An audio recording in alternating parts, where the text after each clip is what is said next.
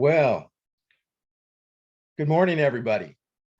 Uh, I'm inspired this morning because I want to talk to you straightforward here today um, in the little bit of time that I have, because I'm about ready to get off to do some errands in my day. I'm sure you're busy as well. I want to talk to you today about a big elephant in the living room called morals and why that's important. We all seem to, I guess you could say that we know what morals are, but I want to just nail something today. It's the elephant in the living room that we're really not talking about and should have been talking about for decades. All right. If you don't know who I am, my name is John Solano. I've been a professional counselor for over 33 years. My expertise, if you will, my specialty, in addition to traditional psychology, has been uh, around studying the wisdom teachings that have been handed to us since the beginning of time. That means drawing upon the areas of transpersonal psychology, kind of meaning mythology, um, spirituality, different spiritual disciplines, theology, Eastern, Western spiritual traditions, all in an attempt to help us all experience the kind of change that we want to have in the shortest time possible, because we all have a deep yearning to do, I guess you could say, a couple of things: to be our best self, to be the best that we can be, to live our best lives, and to be people of integrity. So, when we talk about morals, we have to talk about integrity. Why? Because integrity means to be one with, whole, or undivided. One with, whole, or undivided. The opposite of integrity is disintegration, right? It means to be scattered. And throughout our lifetimes, we hear references like that, if you will, when we say that somebody's lost or somebody's lost it, or somebody's scatterbrained. Um, we see that a lot, and really that is the source of a lot of, I guess you could say, mental health and behavioral health challenges that we all experience, because we all get handed a set of cards, if you will. I was going to say a hand of cards in life, and a lot of times that is a difficult hand. There are a lot of different things that people are up against. But welcome to the planet. That's been the way that it's been since the beginning of time. And if we were going to have a longer discussion, I could tell you why that makes perfect sense, that there is no such thing as, if you will, kind of heaven on earth. There's a heaven, all right, but it's not going to be here. And there's a reason for that, because we're all in the playing field of life. And part of life is about feeling certain levels of stress. That's how your very body develops and becomes stronger, because it's placed under stress, whether it's the stress of fighting off a virus, if you will, or the stress of going to the gym and putting heavy weights on your machines or what have you, so you can stress your body. That's the way our immune system gets healthier. That's the way we get healthier physically. That's the way we get healthier psychologically. That's the way we build psychological muscle. All right. So to be a person of real integrity requires that we have to go to the gym of integrity, and in order to build what I call kind of maybe our moral muscle, or moral fabric is what I often refer to. So, what are morals? Okay, well, to know what morals are, we have to look at virtues. So virtues are things like, if I would say, what virtues do you hold dear? What, if you will, beliefs do you hold dear? What do you really stand for? What do you really believe in? I do a whole kind of workshop around this to help develop what I call your code of honor, to understand what virtues you hold dear. So a virtue is a one-word, if you will, symbolic representation of something, but we call it a virtue. Some people call it belief, and I've done many videos on this before. A belief is something we can hold in our heads, but really what we want is we want to embody a virtue. And that happens through a process called conviction. So if you want to know more about that, look at some of my other videos. But a virtue is a one-word thing that If I said, what would you stand for? You might say something like respect. You might say something like adventure. You might say something like truth, caring, love, integrity itself. So these would be words that, that I guess you could say symbolize or draw together something that's very, very important. Now, if I said to you, okay, well, I see you stand for caring, let's say. Could you tell me more about that? Well, in order for you to tell me more about that, you'd probably have to tell a story. John, let me explain to you what I mean by that. And you'd tell me a story. You see, when we're young, and when parents are young or young parents raising children, that's why it's incredibly important to begin to instill a moral grounding, if you will, or a moral ground, begin to construct a moral fabric within our kids. And we primarily do that through storytelling. See, they don't have the cognitive capacity to understand, like, say, for instance, the definition of integrity. A lot of us, in fact, almost 100% of the people I talk to want to be people of integrity. And when I ask people to explain what that is, they try to give me a definition, but then they'll kind of talk about a story. Well, what does that mean? Well, that means to keep your word. Oh, just any word? No, it's got to be kind of like a good word. And so, for example, and so now they'll give me an example. Tell me a story about what integrity looks like. Integrity might be a story about how we encounter some level of adversity and we get challenged by something. Somebody, yells at us, or somebody betrays us, or, we run into something in the world that challenges us, and we continue to what? Stand our ground, hold on tightly to that which we believe. That's what we call maturity, actually, is the ability to do that under extreme levels of adversity. We're not seeing a lot of that right now in the world. We're seeing people losing it. And again, I've done a lot of videos on this. Please take the time to have a look at those videos, especially the ones on narcissism, entitlement, and indulgence. So a virtue is a one-word thing, that we hang on to, but a moral is kind of the story that we tell about it. If I were to read to you a story, if you will, I could ask you at the end of that story, what's the moral of the story? You might say the moral of the story is to tell the truth. The moral of the story is to be kind to your neighbor. The moral of the story is that, you can't do this or that. The moral of the story is there are certain consequences to certain behaviors. And so we weave together this fabric, this psychological fabric constructed of a lot of different stories that give life, if you will, or illustrate the underlying virtues. All right. So don't think that morals are virtues. Morals are actually illustrations of virtues. Okay. And we learn morals through stories.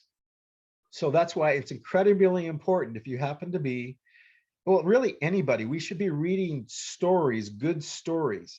Now, a good story, and this is so true in mythology, does not give you an answer. A good story lays out maybe a situation, a challenge, and then I have to ask you the question, what's the moral of the story? Now you have to think about it. Or maybe with people, we have a discussion. What is the moral of the story? It's not always easy to kind of see what is right and what is wrong. And we need to we need to use stories and other teachings. And that's why mythology, that's why spiritual teachings are important, because we need to lean into those in order to really kind of glean from it, to extract from it something more refined. So we really kind of know, what we're talking about and where we stand in life. What's the importance of all that? Well, because, as a counselor for many, many, many years, I've always found it interesting to see how people respond to adversity.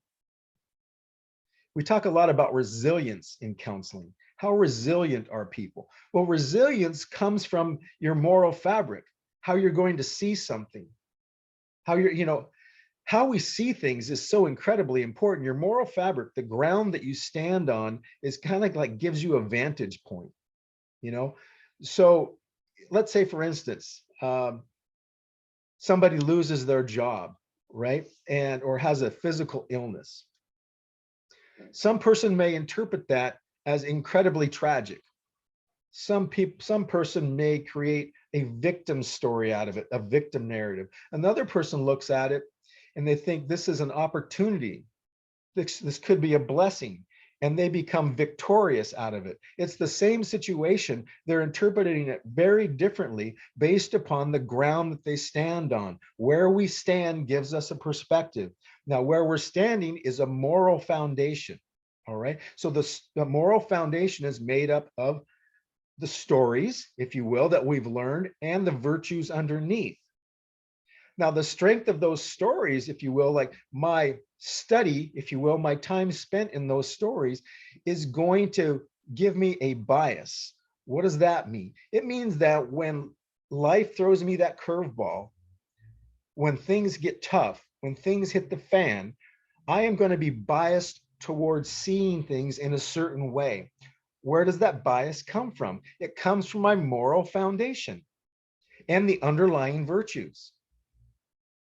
So this is so incredibly important, but it's so dismissed. I was going to say overlooked, but it's really dismissed a lot this day and age, especially with all the different distractions that we have with technology and social media and instant gratification and things like this. Again, consider all those things and look at those other videos that kind of unpackage all this, but how we purposely construct a positive, life-generating, life-giving moral fabric is incredibly important as we go through life. I mean, we're all imperfect people and we're going to step on each other's toes, and there's going to be crazy stuff going on in the world, and we need to figure out how to address that while remaining positive and resilient, right? While also being effective. And we're just not teaching our kids this these days. What happens when we lose a moral foundation? Well, you can see it now, all sorts of disintegration. Remember, a loss of integrity. Integrity means to be one with, whole, undivided. One with, whole, and undivided with what? Our virtues, our moral foundation, what I call our code of honor. And beyond that, our sacred vow, right? So again, other videos explain that. But this is what has been under attack in our society for a long time now. And so when it hits the fan, what do you see? You see people going off into all these little groups, all these little special interest groups, scurrying to find some sort of place where people can feel a little bit, I don't know, special, maybe a little bit safe, a little, and from those vantage points, usually what people are doing is they're blaming each other. So that victim narrative gets taken over. That's all a loss of resiliency. That's all a loss of proper perspective, because people either have a messed up moral fabric, or it's a weak moral fabric, or sometimes, almost a fabric with gaping holes in it. Can you imagine, like, if you had, if you were in a boat and you had holes in your boat, it just didn't have integrity, but disintegration. It was scattered. It had holes in it. It's like you'd be taking on water all the time, and you'd be constantly worried and full of anxiety and complaining, et cetera, because you're that loss of integrity causes a loss of ability to function and to move easily through life. So this moral foundation has been under attack for decades now, right? And it is the elephant in the living room that we're not talking about, because when people don't have that moral foundation, which leads to resiliency, then people lean on the government as a crutch. People lean on the government also, almost as a substitute parent. And with that comes all sorts of legislation. Now, I could go on and on about that slippery slope, but ultimately it leads to a loss of freedom, because that's what maturity is all about. And that's what resiliency is all about. And that's what morals are all about. Morals help guide us and make good choices through our life. If we don't have a good moral guidance system, if you will, then we're not going to make the best choices, and we're going to feel kind of impotent, weak, if you will. And then we have to lean on legislation and lean on the government. You can't legislate morality. And that's one of the big problems going on right now. People don't know how to conduct themselves in a mature manner. And of course, people end up getting hurt out of that. When people get hurt, then they look towards the government for some protection. And then, what choice does the government have other than to create legislation? And it's very impersonal. The government doesn't care about any of us as individuals. How could it? That's why we have counselors. That's why we have peer support people. That's why we have behavioral health people, because we hope that those people will care about us at a personal level. But even these days, everything's so understaffed. And just, the point is that people do this as a job and, as part of their own survival and their own, personal resiliency. You can't really take on everything that you like to. That's why we have to look to ourselves. That's why we have to, when I say look to ourselves, look to the wisdom teachings and the wisdom disciplines that are already around us, that we can be engaged in on a regular basis, that can help us realize our virtues, what we stand for, the stories, if you will, the moral fabric that we stand on, the moral ground, if you will, that we wrap ourselves in, because that's going to create, if you will, biases. It's going to, when life gets tough, we're going to lean into certain directions. And as I said, as a counselor, I watch where people lean when things get tough. Some people lean into complaining, conspiracy theory, victim narrative. Other people lead into, hope and possibility and opportunity. And maybe there's a blessing in disguise, all those kinds of things. And the person who can do that, the second one, the hopeful narrative, if you will, the positive, the optimistic narrative, is the person who's going to come out victorious. So yeah, that's what it is, folks, today. Take a look around, right? Take a look around at all the strife, all the arguing, many of the problems, the accelerated, and sharp increases in anxiety, depression, suicide, addiction. We all want things to get better on this planet, but it's not going to get better unless we can, from a very young age, start to instill, start to inspire a really powerful moral framework. And we don't have to start from scratch. That would be arrogant to do so. It creates actually what's necessary is an incredible amount of humility. The humility to be able to say to ourselves, hey, you know what? It's true. We have dismissed, we have pushed away, we have attacked, many of the foundations and the wisdom that has been given to us from our ancestors, from the great minds that have existed since the beginning of time. We have done that in our societal arrogance, if you will, in our societal narcissism. And we need to re-embrace that. And there's no shame in admitting this. It's there for us as a loving gift to embrace. And so let's do that. And let's teach our kids how to do that as well. All right. Take care. Have a great day.